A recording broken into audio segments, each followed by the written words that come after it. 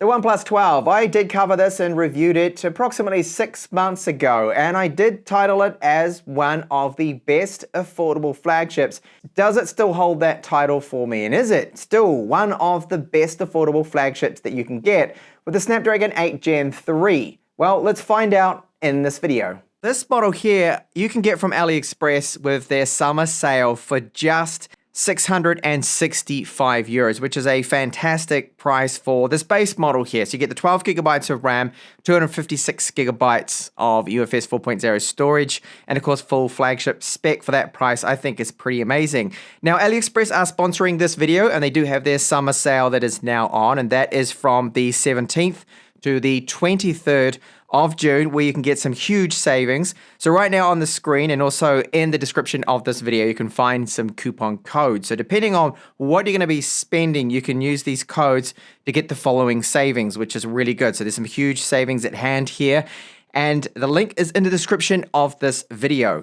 So the charger included, this is their Super VOC charger, and that is 100 watts, so very powerful, still stacks up 6 months later, very good speeds. Fully charges in just 25 minutes. The charging cable is that OnePlus red here color, so that's type A to type C, and right here we do have a little bit of paperwork and also a sticker as well that they give us. So if you're into that, you got the sticker, which is good. So the phone just feels like quality, and it looks really good. I think this design, what do you think? Let me know in the comments. I think this is OnePlus's best looking phone yet, the OnePlus 12. The way they've done the camera modules, Hasselblad, of course, they co-engineered this with the cameras, the color science and processing. And we do have a very decent set of cameras here. So 3 times optical zoom camera. That one is 64 megapixels, an ultra wide that is 48, and this is the ultra wide right there. Main camera optical image stabilization, 50, so very decent set of cameras on the rear here. The way they have, this is all flush too, by the way. It looks like that you might have a ridge here. No, but it's very easy to clean. This doesn't pick up any fingerprints at all, the back on this, and it has like a marble effect to it, and I really like this green. I think it looks good. Curvature either side too. And yet it does have inside this a 5,400 milliamp hour battery, but the weight is just 220 grams. So it's pretty good. And the thickness of it, so not bad at all at 9.2. Now that's not including the camera module. The location of the buttons is very good, so I can easily get to that power button there. And the fingerprint reader, what I like is that they have placed it quite high. A lot of brands have the fingerprint reader here, which I do find too low. Now, this is optical and does work really well. I've had no problems at all with it, and I find that the location just seems to be so much better than other brands. Now, the screen, this is 6.82 inches. It's a really nice screen here, and of course, we are running OxygenOS, which is their 14, the version, matching Android 14, which it does run. So you got your apps drawer right there, and the performance of this is very nice and fluid and smooth. Top and bottom bezels do look really good, and we have a 32 megapixel camera there at the front. This is capable of 4K too, by the way. And we have the little slider on the side here, so you can easily change the mode. So you can swap it over into the vibrate mode, the ring mode, or just simply put it into silent without even having to turn it on, which makes it very useful indeed.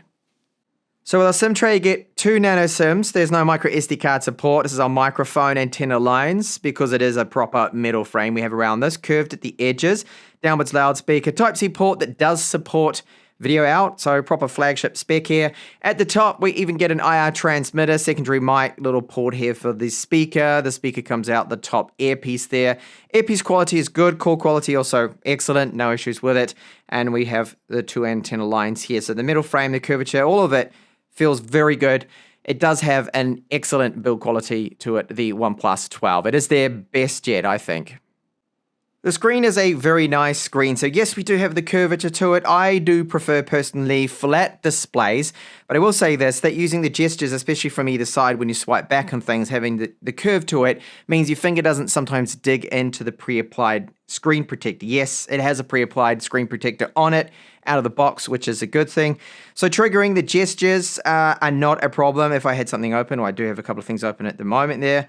and it's very fast and fluid. OxygenOS, this is one of the best things about it. I like how fluid and quick everything is. Animations look smooth, fluid. There's no stutter, there's no lag, slowdown. So it is an LTPO AMOLED screen. It does support HDR10+. Its typical brightness is 600 nits, the max, but there's a high brightness mode that takes it up to 1600. However, with HDR content, it's supposed to be able to peak at 4500. But like other brands, I've not been able to measure that all myself.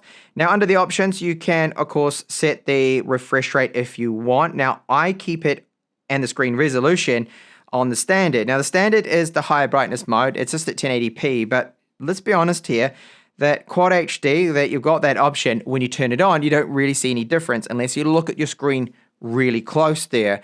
And I ran my battery life test with it in the HD mode, full HD plus instead of the Quad HD, because it's what I think most people will probably end up running with anyway. Refresh rate, I force this onto high because you can override this. You can have it auto select, so it will decide itself with the adaptive refresh, but forced to 120, everything's been really fast, fluid, the UI. Now that screen brightness in direct sunlight, you can see the phone now, me testing it out. It is good, it's okay, but it certainly isn't the brightest. This is one criticism from me. In direct sunlight, it's not the brightest screen that I have seen or used. I wish it was a little brighter, but by no means does it make it unusable or anything. I can still see everything that I need, and it doesn't dim down either when you use it a lot in direct sunlight on hot days. The performance of the phone has been excellent. I really do like OxygenOS version 14 here, based off Android 14. Really quick, very smooth.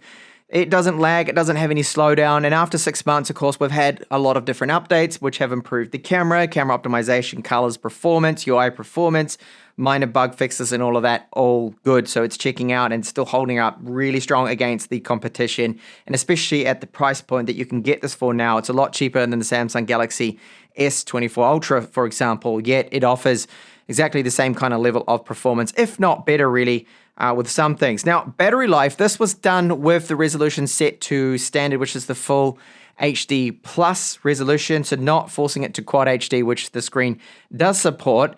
It meant that I got a better battery life than normal out of this from the fixed test, and I do compare this and run this fixed test with all the other phones I review. This is why I do it. You can compare all those other phones to see how it does perform. It did really well with the battery life. The battery capacity being 5,400 milliamp hours is slightly larger than others. Realistically, you're looking at a screen on time of around about 8 to 8.5 hours if you set it to the full HD resolution.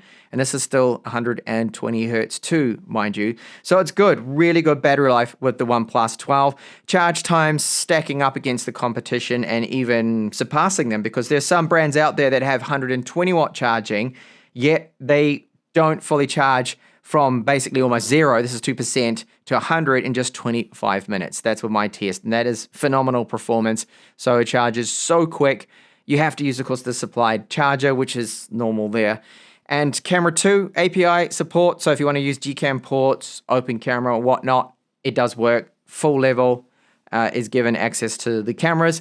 Widevine level 1 cert, so Amazon Prime Video, Netflix, all of that sort of stuff is going to work in full HD, which is excellent. Throttling test, this is one area where it didn't fare so well. So the best loop is very good performance, in almost 5,000, phenomenal. But the lowest, after you can see, it started to throttle, then it came back a little bit. But from about the 15-minute mark with this test, which is super demanding, the performance was around about 2,700, 2,800 or so. So it dropped right off. And that meant our stability shows that it throttled down the performance from its best level, straight away being cold, to half. So there's a lot of throttling that does take place, and it drops right down and gets to almost the lowest point at the 7-minute mark there, which other phones also do with the Snapdragon 8 Gen 3. In my experience, it's a bit of a hot chipset, and when you game, you don't normally notice it, but with some demanding games, as I'll talk about later on, the performance does dip down a little. Now, Antutu, this of course was run after the phone was cooled down and everything, and the performance is similar to what I got when I tested this phone out also 6 months ago when it first came out.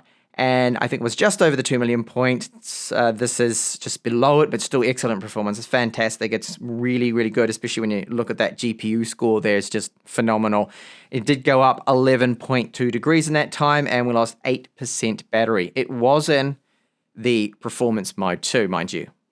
Something that I probably don't mention enough in my reviews is haptics. I tend to only mention haptics if it's very poor or very good. And luckily, with the OnePlus 12, the haptics I think is one of the best out of the newer flagships. It really is good. Now they have their O haptics. I have set this to the maximum for intensity. I find this is the best. Now you get these nice short little crisp pulses, and it's especially noticeable when you're typing on the keyboard, of course.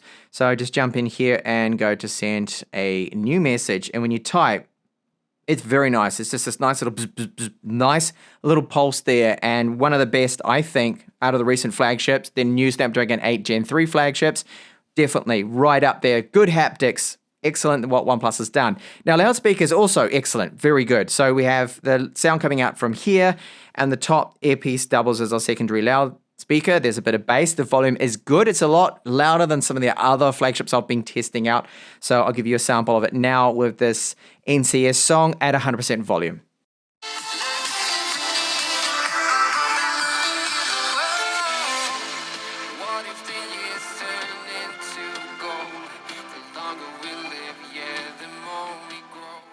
Now, the frame rate and gaming performance, very good for a Snapdragon 8 Gen 3. This has 12 gigabytes of RAM, so it's going to aid the performance versus, say, 8 or something like that. And I notice it is very good. But after gaming for about 15 minutes, you notice a little dip in performance now and then. And how I've been monitoring that is we do have their gamer mode. And if you swipe from the top here, I can just show you that now. Hang on, I'm going to do that again. Just swipe here, and you see it comes up. So 59 frames per second at the moment, but I have seen it dip down to 45 in other areas of the map. When there's a lot of action and things going on, you will see that happen too. So it's just one of the things that I've noticed on this phone, that when it starts to get really hot, performance does dip down, it does throttle, just like I saw with 3D Mark. That's about the only thing if you are a big gamer. But even when it is throttling, the performance is still excellent. It still delivers very playable frame rates. And what about those cameras? How are they holding up now after 6 months? Well, very good with the Hasselblad color optimization. I do like what I'm seeing with the portrait shots. The stitching is normally quite good. Decent skin tones, not over the top saturation.